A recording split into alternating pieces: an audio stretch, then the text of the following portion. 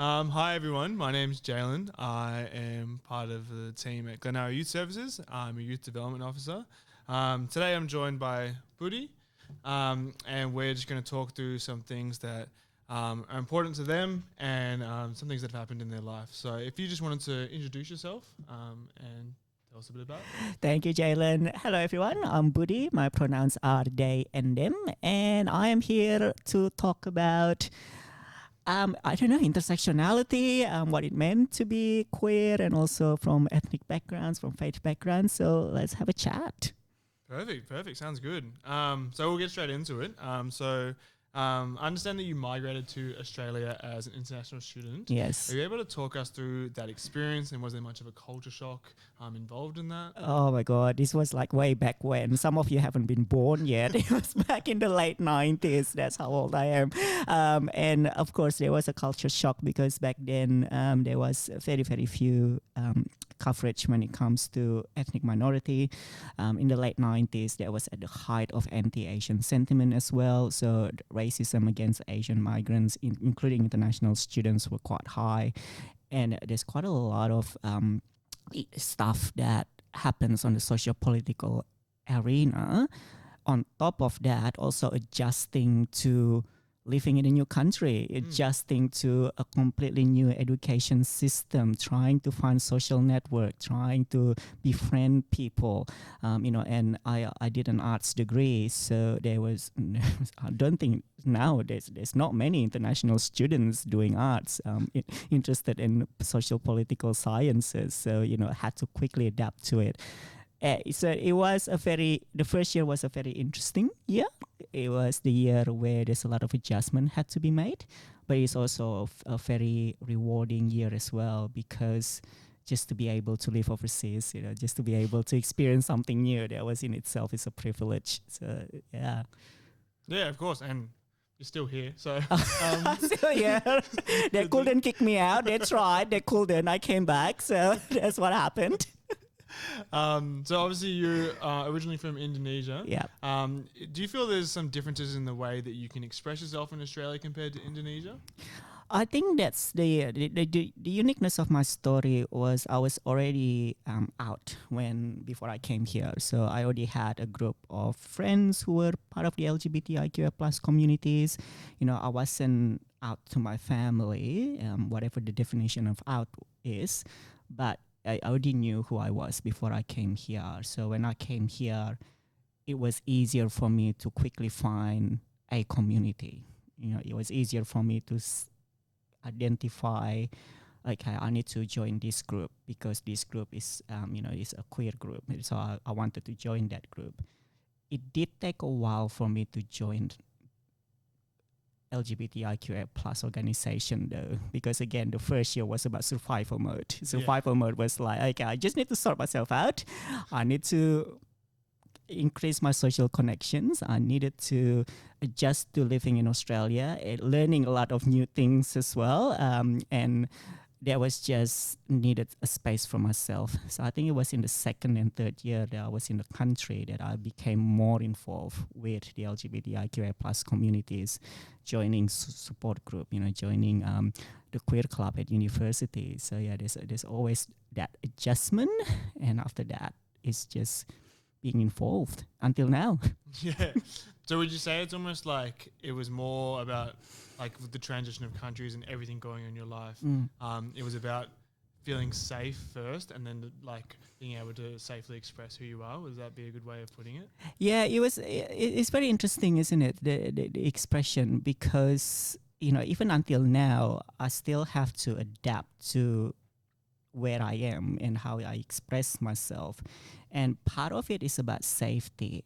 The other part is about respecting the social cultural norms that exist in that particular society. So regardless where I am, when I'm back home in Indonesia, then yes, of course I modify myself because, LGBTIQA plus not really accepted.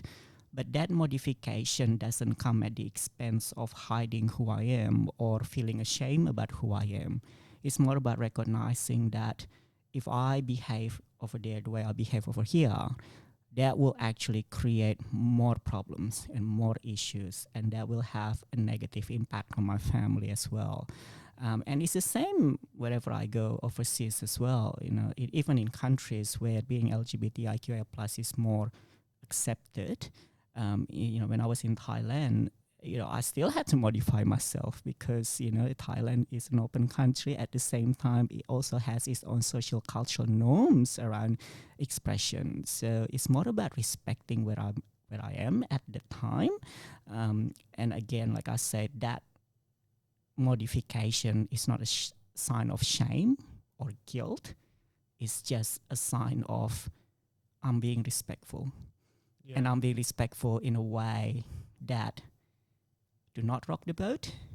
At the same time, constantly engaging in conversation about what can we do to make sure that LGBTIQA plus in that particular society have their rights and feel that they have a sense of belonging. And what can I bring from Australia to them to assist them in creating whatever feels right for them in that particular environment. So I know it's a long answer, isn't it? But that's just the way that I can frame it in my head. And it almost seems like different parts of your life help impact the other parts in positive ways. So like being from Indonesia helps positively impact being in Australia. Living in Australia helps positively impact being Indonesia. So they all seem to play together with each other and make you who you are. Absolutely. And I really don't like this concept that, you can be one thing in Australia, but you have to be another thing in whatever country you come from, or even within Australia, you have to be another thing if you're engaged in ethnic communities. Like you said, it doesn't feel like I have to be anything else other than me. It's just the way I express myself will be different, significantly different. And I don't see any problem with that. I think we are going into a dangerous space if we feel that this is who I am, this is how I express myself, and it has to be like that all the time as an indication of pride, of self-acceptance.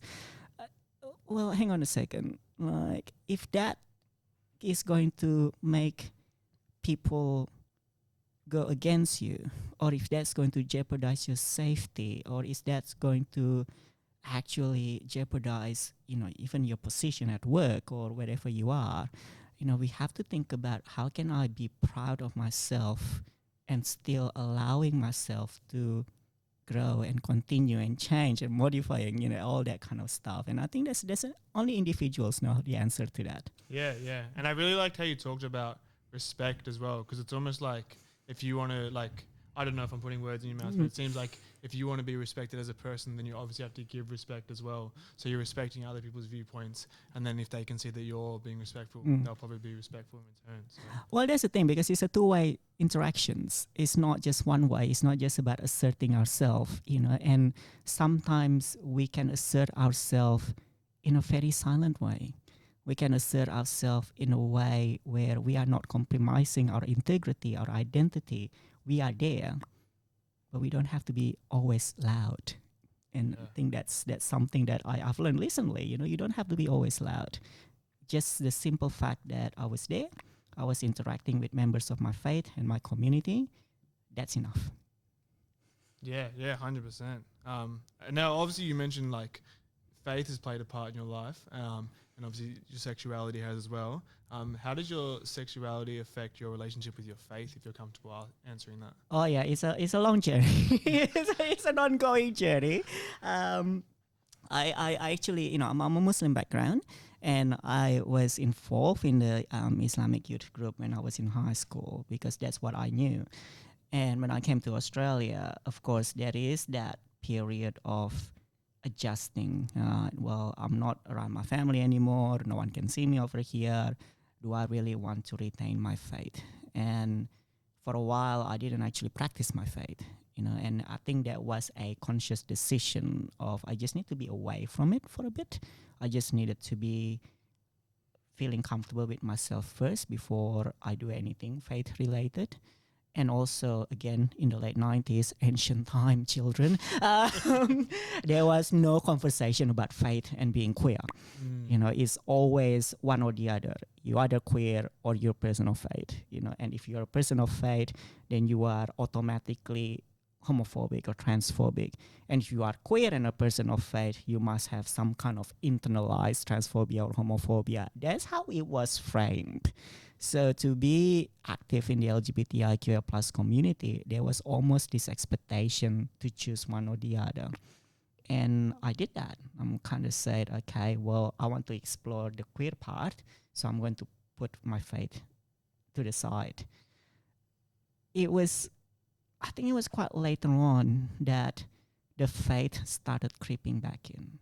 The faith started screaming out and said, you can't ignore me for too long. I'm here. You got to recognize that I am here. And it was, people may not believe this, but, I had dreams of praying. I had dreams of being in the faith space, and I ignored it. I'm like, nah, put aside, don't want to deal with it at the moment. And that just kept on recurring. And one day I kind of said, all right, can't ignore it anymore.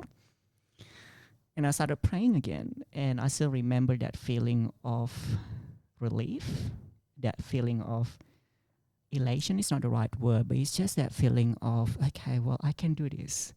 I can practice my faith. I can be queer. And there shouldn't be a pressure for me to choose one or the other. And it was quite a journey to get to that stage, and also reconciling that what I've been told about homophobia in Islam and what I've been taught about transphobia in Islam and how Islam is anti-gay, anti-queer, anti-lesbian, anti-trans. That's not actually the faith. That was actually the interpretation of faith, and that interpretation came from very specific, narrow view of what a Muslim should be like. So once I reconciled that part, started to read more information about being queer, being a Muslim, started getting to know other queer Muslims.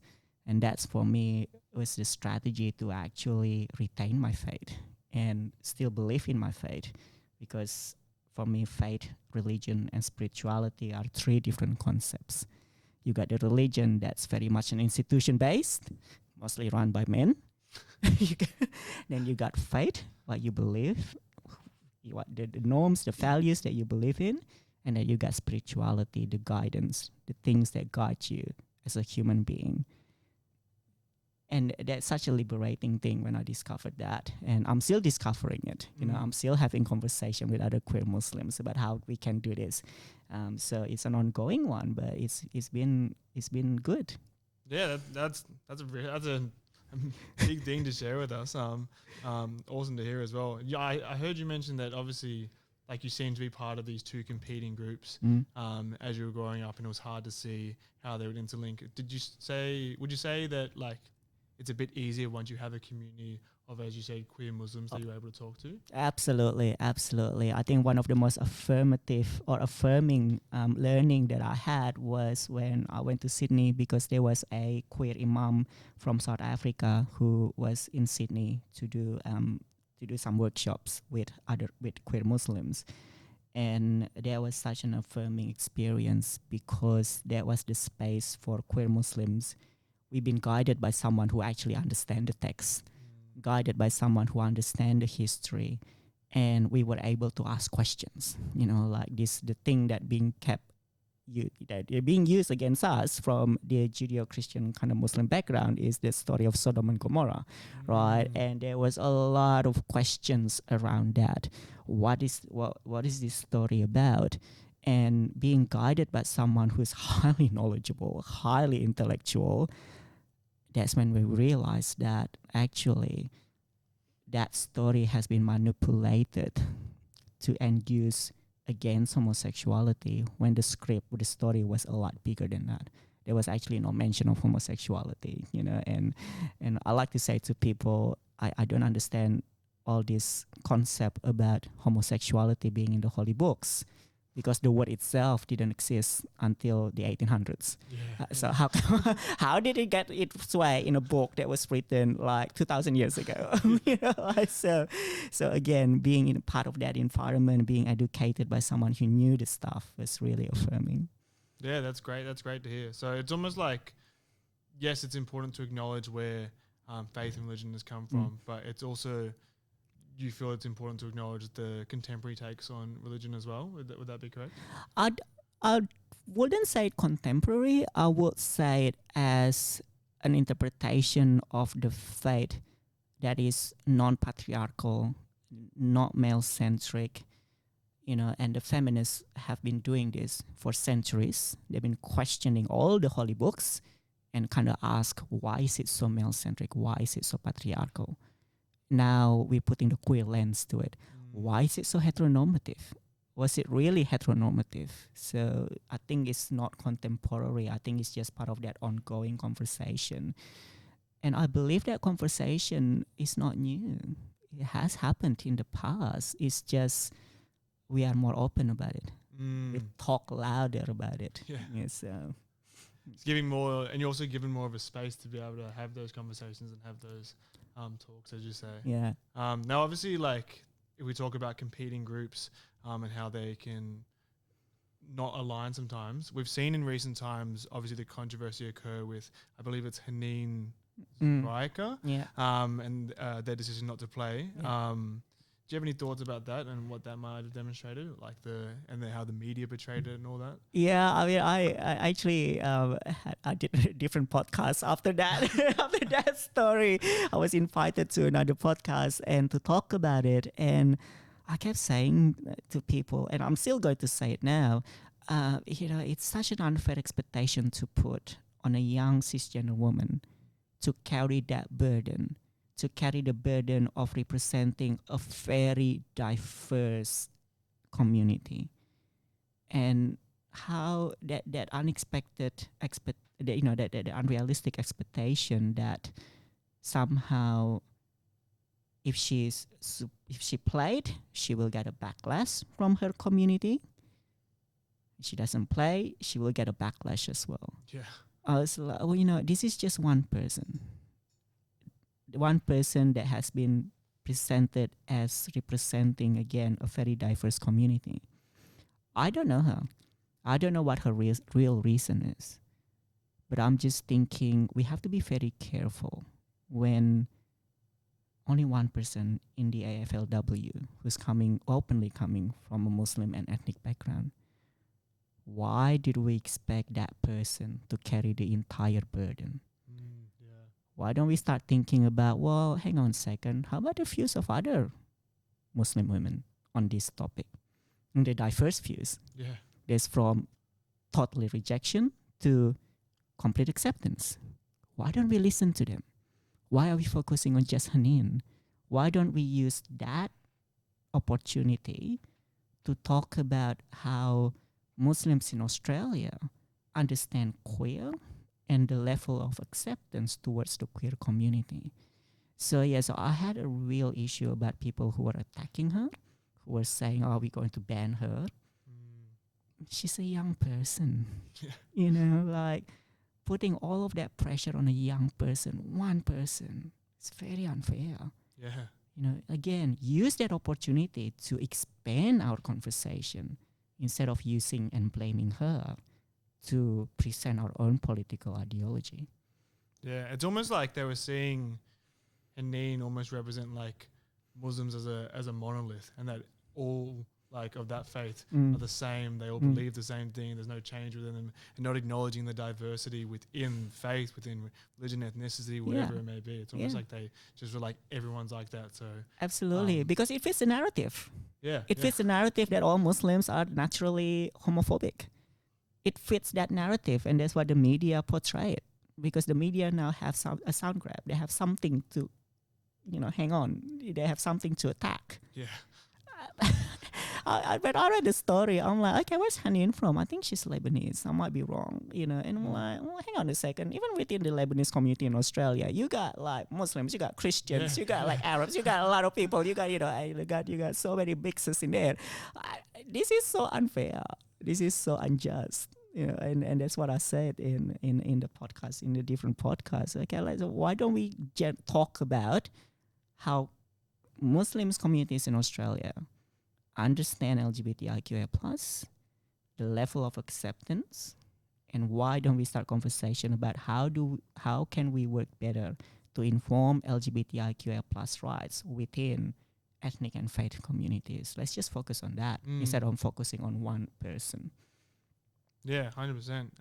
And do you have any like specific thoughts of like how people can create safe spaces in those environments, or how allies can create safe spaces as well?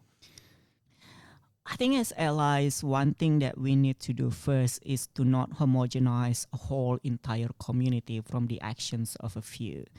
And I remember a friend of mine said to me, if we keep looking at the macro or the from a big kind of lens, then it's easy for us to homogenize it. But if looking at the micro or the small lens, then we can start seeing all the beauties that exist within that environment. And queer acceptance in ethnic and faith communities have always existed. Families have accepted their LGBTIQA plus children, but we don't hear about them because what we're hearing is the one that fit the narrative. Ethnic and faith communities are automatically homophobic, transphobic, and they will kick their children out. Some do. I'm not denying that. Some still have issues with accepting their LGBTIQA plus family members and children. So the work as an ally is to think about who can we approach within that community that can actually provide a different lens and a different view. How can we work with them, giving them the voice, giving them all the skills and the tools, and empower them to provide a counter narrative? Because that counter narrative is very important for us to recognize all the diverse views that exist within ethnic and faith communities. And that's what an ally can do. Instead of trying to rescue people with all happens all the time. There'll be someone from outside the community trying to rescue us. Like, come with us, we're going to rescue you. Work with us. Work with us because we understand where the boundaries are. We understand how to communicate it to members of our communities. And as an ally, the other thing that you can do is to provide a space to give us comfort when we need to. And comfort not in a way of coddling us or in a way of, again, trying to protect us, but comfort in a way of asking us, what do you need from me? And sometimes all I needed is just an ear. This happened. I just need someone to listen to me, so I don't keep it all by myself. And that's what an ally do. Yeah. They just listen. Yeah. And after that, they be like, okay, so what else do you need? And I'm like, well, I'm hungry now, so I'm going to finish the conversation. I'm going to get food. Like it can be as simple as that. But I think that's the thing that ally can do. And the other thing is, if you are a member of the ethnic and faith community and you are accepting of LGBTIQA plus, the other thing that you can do is just within your own social circle or even family circle is just to slowly introduce the concept. So when someone says something homophobic, if you feel safe and comfortable doing it, you can actually say, actually, that's not okay. That's homophobic. Yeah. And I don't want to have that discussion at the moment, but I just want to let you know that what you're saying is homophobic, transphobic. And I don't like it in my house. It can be as simple as that. Yeah. So there's a lot of things that ally can do, but one thing that I don't want them to do is to come in, take over, and suddenly it put us even in more danger. Yeah. It's mainly about just kind of being present and just being available. And then like the main thing it seems to be as well is not standing up for the queer people just when they're there, but also when they're not there. Absolutely. And making sure it's a safe space at all times kind of thing. Absolutely, yeah, because you never know. I mean, we're everywhere. You never know who's queer in the room, right? We are everywhere. So even if you don't know it, more than likely there's one. And if that one person see you doing it, that will give a sense of affirmation for that person. Okay, I know the environment I'm in might not be the safe one, but I know that person is a safe person. Yeah. Now, obviously, when we talk about sexuality, there can be quite differing and extreme views across the spectrum. Have you ever had to navigate conversations within a group that held oppositional views or beliefs? All the time. That's my work. That's my bread and butter all the time. Competing views, different views coming from people who still doesn't believe in same-sex marriage to people who are 100% pro LGBTIQA+.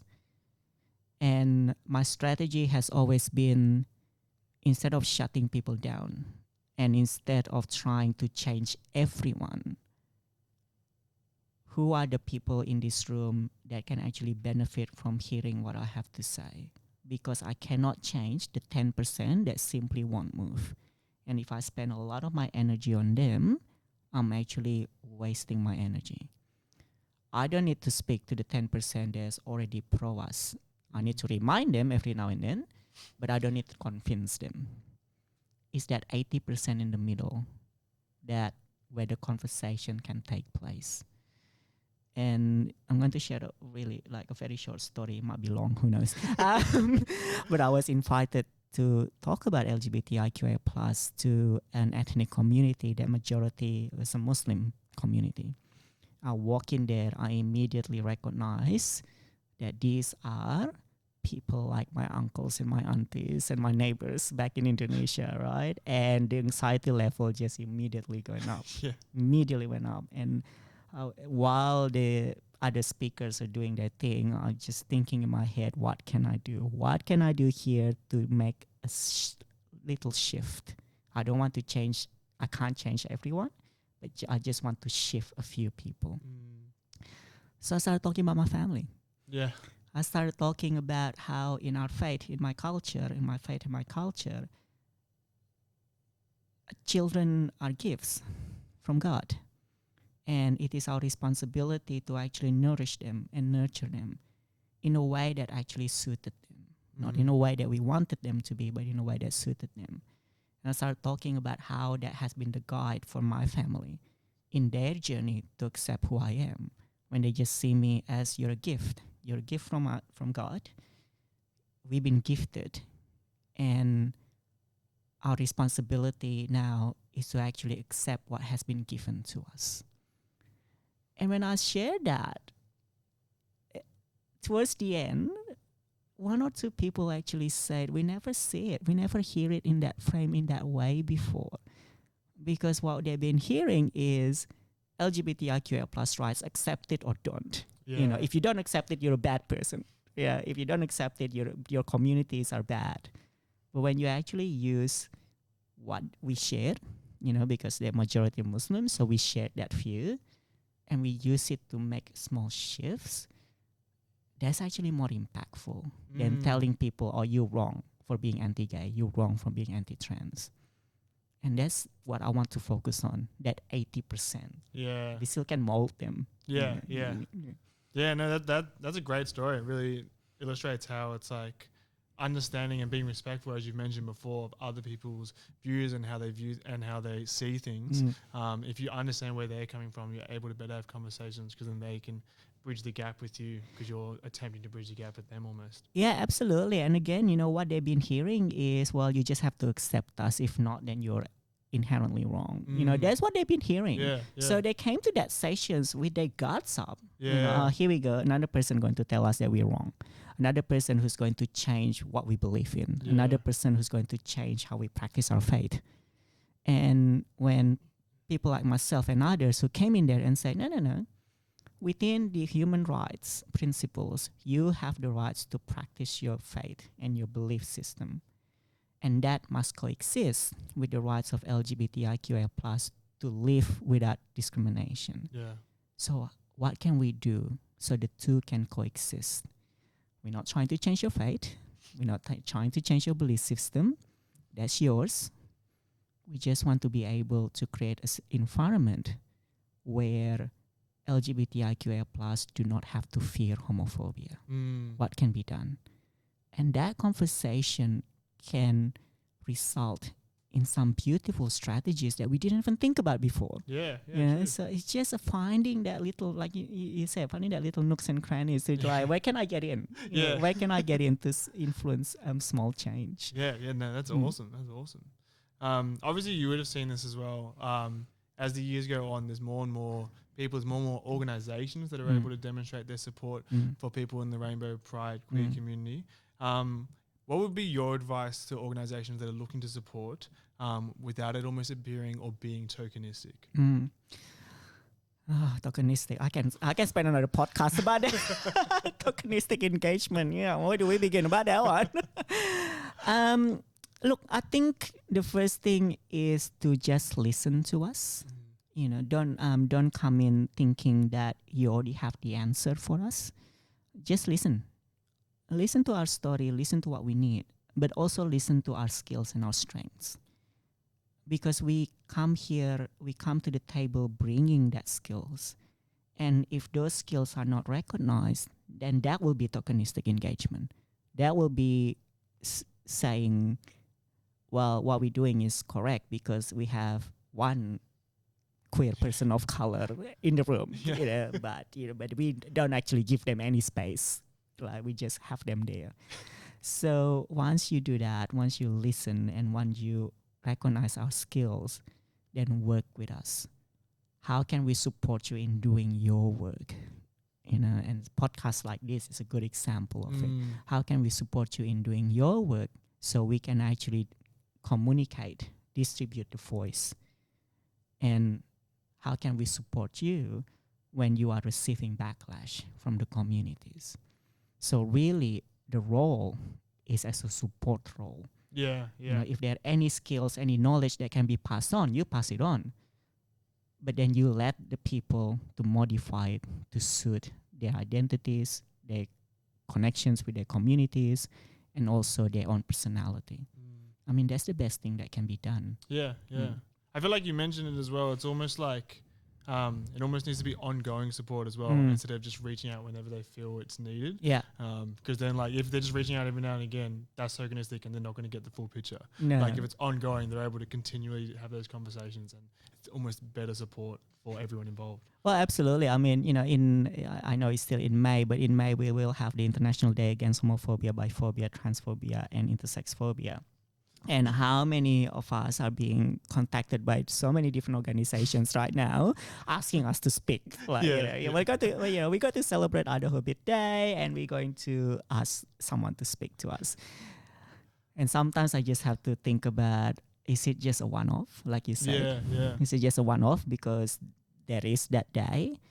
And if it is just a one-off, what is your safety mechanism? How can or even in my work, how can I communicate it to them that the work is ongoing? Like you said, it has to be ongoing because otherwise it's not just tokenistic, but it's also very harmful. If you don't provide enough support, someone feel empowered, someone feel that they have the courage to speak, and they do. Then the backlash started to come. If they are not supported, that will cause harm. So then the next question is, when does backlash happen, how can we support this individual? How can we support the community? And that can be done by having conversation with the person. What do you like us to do? Who are your support? Is there anything else that we can do? Yeah, true. Now, like I'm very impressed with all the accomplishments and everything you've done in your life. Seems like you've done so much and for such a long time. My question is like, how do you find the motivation to keep going? It seems like you're doing such hard work all the time. Look, having conversation like this, it has been very helpful.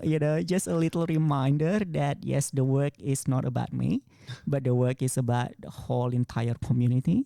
I'm just one person carrying my own opinion and my own voice and adding it to the conversation. conversation. There are many different voices out there. Some voices that even completely contradict what I just said to you, and that's completely fine. Because we have to think about the final goal. What is it that we want to achieve at the end of all this?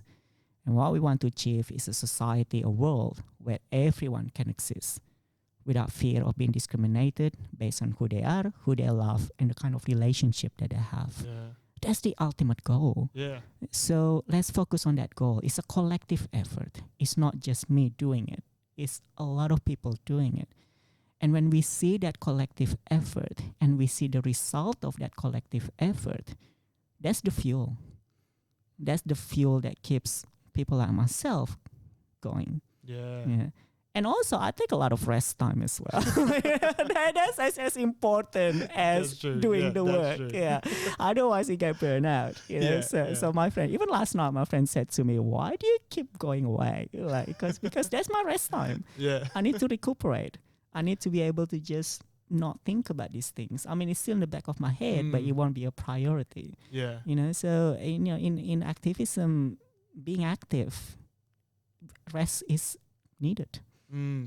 I heard someone say that, like, in activism or in any job where you're helping others, the most important thing is to help yourself first, because you're not going to be able to help others if you can't help yourself. Yeah. So I'm glad that you mentioned that, because to me it seems like you're always working and always doing amazing things. But it's good that you mentioned that you are taking time to rest so you can keep going with the amazing things that you're contributing. Oh, absolutely. Yeah. I mean, the brain only has very limited capacity, and the body, as you get older, as I get older, the body just started to cave in. So without rest, we can again not only harming ourselves but also harming the communities that we are working with, because we are not 100%. We're not thinking clearly, and when we're not thinking clearly, our ability to listen diminish, our ability to think creatively disappear.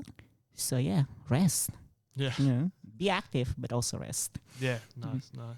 Do you ever think about, like, the legacy that you're leaving behind and the impact you're having on the communities or the future?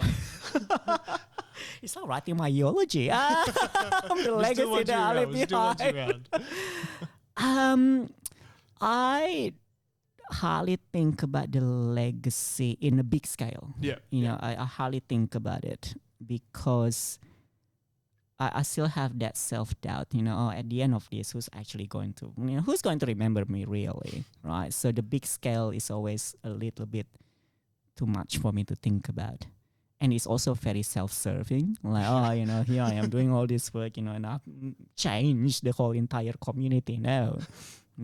So I'm thinking a legacy in a small scale. And that small scale could be just affirming someone's identity. When I do public speaking, people come up to me and said, "I really like your speak. I can relate to what you're saying." Relate, not identify. Relate. Yeah. That's an achievement, right?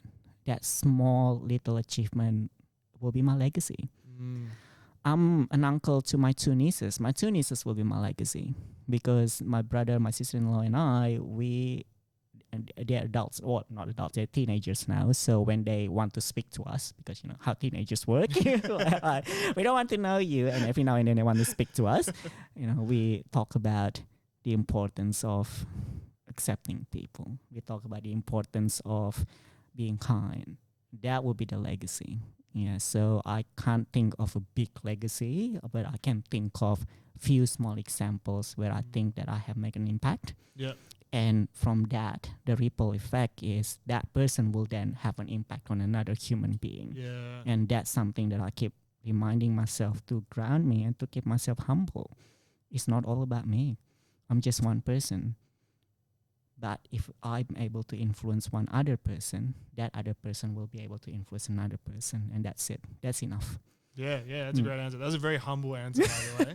That was very good. But I liked how you said it's all about the little wins almost. Like, it's not so much I'm going to change the whole world, but if you're able to change someone's opinion on one thing here and there and just make the world a better place slowly, then I consider that to be a massive impact you're leaving behind. I know. So it seems awesome. No, I just like, how unrealistic is it to put it on myself to change the whole entire. I mean, honestly, come on. I'm just one person. I'm tired all the time, you know.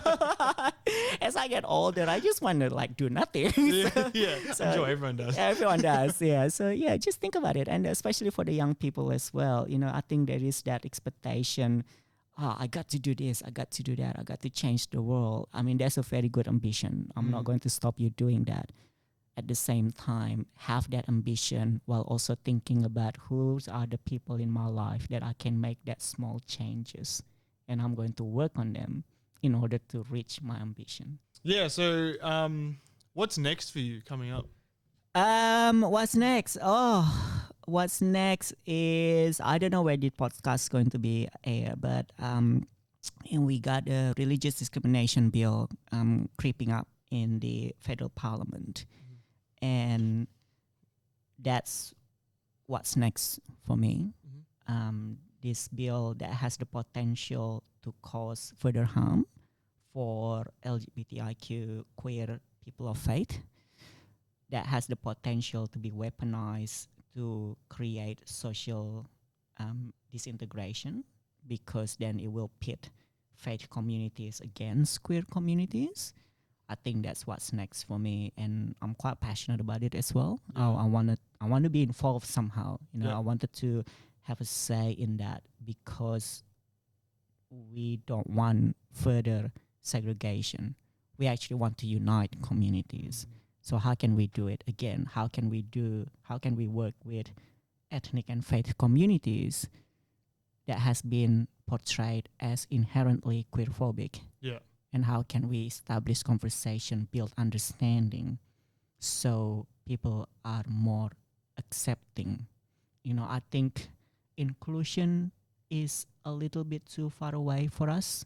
I think it's more about understanding and acceptance. Yeah. So that's what's next. Yeah, it's quite full on. Good luck. Thanks. Also, what's next is me taking naps, because rest is important. Rest is very important.